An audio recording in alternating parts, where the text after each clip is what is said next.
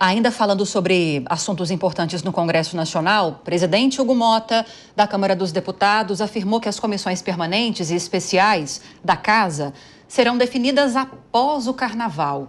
O presidente disse ainda que recebeu as indicações dos líderes ontem e que espera que os impasses entre os partidos sejam resolvidos já nos próximos dias. Vamos ouvir o que ele disse. Os líderes estão começando a discutir internamente, porque sempre tem um conflito, porque mais de um partido sempre prioriza uma comissão, as comissões mais importantes. Eu espero poder resolver isso nos próximos dias, começar a discutir para, quem sabe, no início de março a gente fazer a instalação. Eu recebi as indicações dos líderes partidários ontem e aí eu vou avançar na discussão acerca das comissões permanentes para poder instalar a comissão especial que vai tratar da PEC. Mota vai instalar a comissão para discutir a implantação do voto distrital misto. Conforme o projeto, o eleitor passa a votar diretamente em um candidato para representar o seu distrito e também em um partido da sua preferência.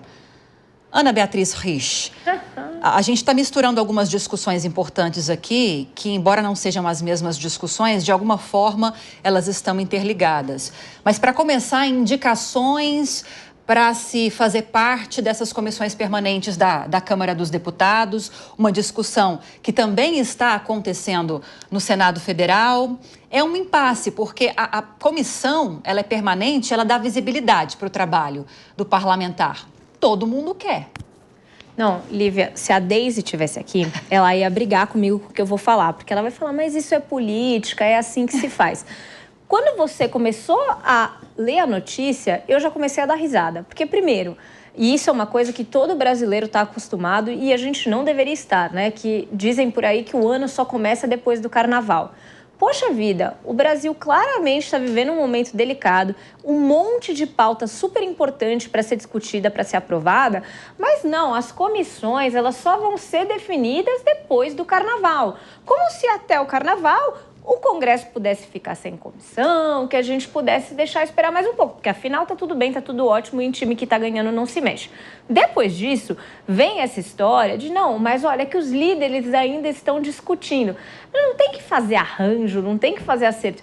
Tem que escolher as pessoas que têm maior capacidade para estar naquelas comissões específicas. Porque, às vezes, parece que a gente está falando do Congresso Nacional como se ele fosse uma entidade privada que visa o crescimento da própria empresa. E não é isso. Eles estão para servir a sociedade, eles estão para servir ao Estado. Então, muito mais do que a preocupação a respeito de quem estará aparecendo aqui no Linha de Frente com mais frequência do que outros, eles deveriam estar preocupados em trazer pessoas técnicas para ter discussões produtivas acerca de pautas que são tão importantes para o país. E eu até esqueci a sua última pergunta. Não, era basicamente isso mesmo. Os assuntos estão interligados, mas aí vamos ouvir a Luana sobre isso. Depois, se você quiser acrescentar alguma coisa, Ana. A gente destacou agora na pergunta que eu te fiz das comissões permanentes, que são essas comissões que por pelo menos 2 anos vão ter os mesmos integrantes. E na segunda parte da informação que eu trouxe, eu falei sobre a intenção de Hugo Mota, Luana, instalar uma comissão especial, aí é uma comissão mais temporária, para analisar potenciais mudanças no nosso sistema eleitoral.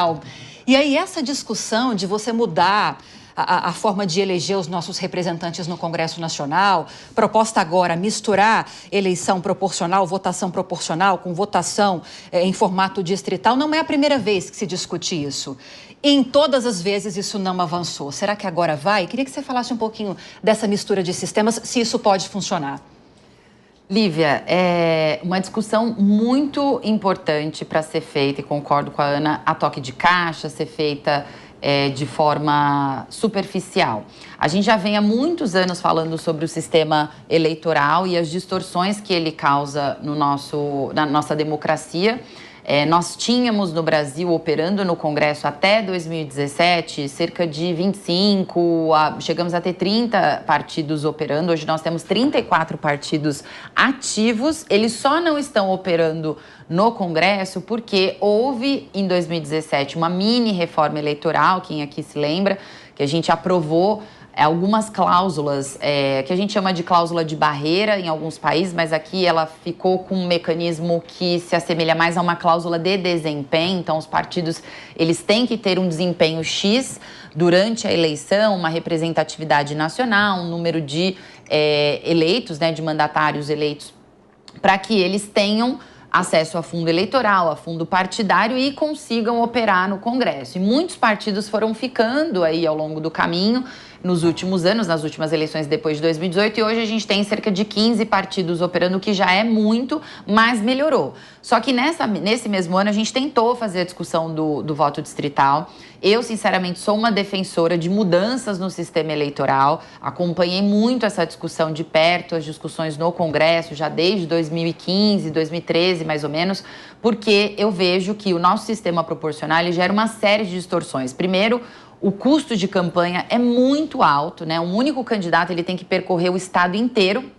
Por exemplo, quando ele é candidato a deputado federal, isso encarece muito as campanhas. A gente teve na última eleição municipal um aumento de cerca de 30% nos custos de campanha eleitoral. Eu fiquei assim, estarrecida quando comecei a olhar os números, entrar ali nos sites oficiais, né, do Tribunal Eleitoral, Superior Eleitoral, para avaliar o custo de campanhas, e fiquei, assim, atordoada, porque falou, isso é tudo imposto, isso é tudo custo que o brasileiro paga. Então, e outra coisa é a gente não se lembrar de quem votou, é a gente ter sempre essa mesma questão de baixa representatividade. Então, o sistema distrital puro, né, como é mais parecido com o sistema dos Estados Unidos, por exemplo, ele dividiria o país em distritos, ao invés de ser em estados ou municípios. Isso ajudaria a gente a ter candidatos mais próximos da população, morando ali, né, na região, atuando de fato por aquela região. Isso acontece muito. Um candidato, ele vai lá, pede voto numa cidade, nunca mais aparece naquela cidade depois que é eleito, porque ele é de outra cidade e acaba beneficiando aqueles que estão mais próximos. Então, tem muitas distorções. Porém, o sistema distrital misto ele foi uma proposta do meio do caminho, é mais parecido com o sistema alemão, onde você tem, como foi mencionado aqui, um voto que é para o seu candidato que representa o seu distrito e um voto que vai para a legenda. Qual é a legenda que você quer beneficiar? Poxa, eu gosto desse candidato, mas eu quero ajudar essa legenda, eu vou dar esse segundo voto. É um sistema que ele é complexo. Então, eu, apesar de acreditar que a gente tem que evoluir nisso, entendo que a gente ainda não está maduro o suficiente no Brasil de entender o modelo atual e fazer essa migração. Mas, de novo, né, tudo é política, então esse ano, por ser um ano que antecede a eleição, sem dúvida, vai ter uma tentativa do Congresso de fazer mudanças e esse tema acaba sempre sendo meio contrário ao desejo dos parlamentares. Eu acho muito difícil que a gente avance. Ana. Não, Lívia, eu estava aqui pensando enquanto a Luana falava e eu acho que ela tocou num ponto que é crucial para qualquer discussão a respeito de alterações no processo eleitoral brasileiro, que diz respeito à educação do eleitor. As pessoas aqui no Linha de Frente só me vêm falar de educação, mas é que, para mim, essa é a chave do todo. A hora que eu conseguir educar os eleitores para que eles entendam o que cada candidato faz, o que cada cargo faz, quais os limites de atuação que eles têm, eles vão conseguir votar com muito mais inteligência, com muito mais racionalidade. Hoje, ninguém sabe. Tem gente reclamando segurança pública para vereador. Tem gente reclamando escola que não tá boa para deputado federal. Então, assim, são tantas distorções que a gente tem no processo de esclarecimento do nosso eleitorado que antes de pensar em reformar, em mudar alguma coisa, a gente tinha que pensar em como trazer educação eleitoral para as pessoas do nosso país. Mas eu tenho certeza que isso provavelmente faria com que a gente tivesse uma grande limpa nos nossos órgãos públicos, nas pessoas que foram e são eleitas. Então isso acaba não sendo interessante para ninguém. Quem perde mais uma vez é a sociedade, que vai perder tempo, dinheiro, com discussão de uma reforma que, como a própria Luana trouxe, provavelmente não é interessante para os parlamentares que a votarão, não nos levará nada a lugar nenhum e continuamos onde estamos. Tem opinião formada sobre isso, Carla? Voto distrital, seguimos então no nosso voto proporcional para o Congresso Nacional? Olha, eu vou pegar um pouquinho da Ana e da Luana para a gente fazer aí, para tentar fazer uma Carla sempre é essa conciliadora, né? Vou pegar um pouquinho do que disse Luana e um pouquinho do que disse Ana e vou chegar aqui ao centro. Não é do centrão não, né? Não. Vamos organizar aqui na mesa do debate. É o seguinte, primeiro, a sugestão da disciplina seria exercício da cidadania. Em todas as escolas, a criança tinha que aprender desde pequena a estrutura para que ela possa exercer a cidadania. Então, sugestão da Ana fica, já deu o nome da disciplina, por favor, implementem agora no MEC urgente essa disciplina. Com relação ao orçamento, Luana, eu estava fazendo uma análise última vez agora com a questão da área fiscal nossa. Toda aprovação orçamentária, o Executivo encaminha solicitações e depois o Congresso vai lá e resolve. Para a linha, tem uma linha chamada, que é a verba de campanha eleitoral. O Executivo encaminhou mais ou menos 490 milhões de solicitação. O Congresso fechou em 5 bilhões. Então, para vocês terem ideia, se foi uma eleição para presidente ou para prefeito, você vai ter os 5 bilhões de despesa. Esse é o volume que você tem quando todos os partidos combinam, se encontram, resolvem. Aí não tem discussão, viu? Não tem política, não tem não tem nada. Todo mundo dá as mãos e fecha em 5 bilhões de tributos, nosso dinheiro público, para financiar a campanha. Então, esse é um ponto importantíssimo.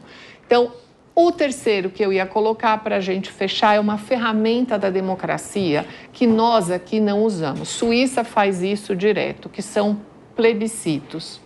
Então, nós precisamos, para uma decisão tão importante como essa, se vai ser distrital, se não vai, se vai ser parlamentarismo, se não vai, nós precisamos fazer plebiscitos e referendos. E nós precisamos ter isso como exercício, Luana, a gente não tem isso nesse país. A gente se descolou da política, você vota a cada 2 anos e acabou o assunto, você não discute mais. Cadê o exercício da democracia? Eu sou totalmente a favor de plebiscito. Por quê? Aí vem a Ana. Porque para fazer plebiscito você precisa ter educação. Exato.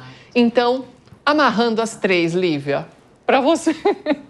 E até o... Posso? Pode. E até o plebiscito, né, que eu concordo, é um mecanismo, é uma ferramenta da democracia que a gente usa muito pouco no nosso país. Até ele, eu concordo com a Ana, né, que a educação seria o ideal, enfim, faço minha vida dedicada a isso, inclusive, a falar sobre democracia, a falar sobre política. Mas eu sei o quão complexo é porque as pessoas que precisam tomar as decisões não priorizam isso, então a gente acaba ficando refém. Investir em algo que é mais estrutural, que seria educação, que levaria um tempo, ou resolver os problemas mais de curto prazo que estão corroendo a nossa democracia também. Então, é uma encruzilhada difícil, né? Porque se estivesse na mão dessa bancada aqui, com certeza já estaria resolvida. Mas, voltando à questão do plebiscito, ele também pode ser uma ferramenta de educação, né, Carla? No momento em que você coloca um plebiscito... Sim. Você tem que fazer uma ampla divulgação, você tem que explicar como é o sistema atual, como seria o novo. Então, eu acho que seria até uma ferramenta de educação meio forçada, né, nacional, para que as pessoas pudessem votar e tivessem uma mínima discussão sobre esse tema. Eu acho que é até um desafio, a gente precisa passar para o outro assunto, mas só para fechar essa discussão. Engajar as pessoas a acompanharem essas discussões, a se interessarem por essas discussões. Quantas consultas públicas para temas variados, assembleias legislativas, Congresso Nacional, são abertas para ouvir a população sobre as discussões? E não se dá muita atenção para isso, as pessoas não se interessam, muitas vezes a informação nem chega para essas pessoas.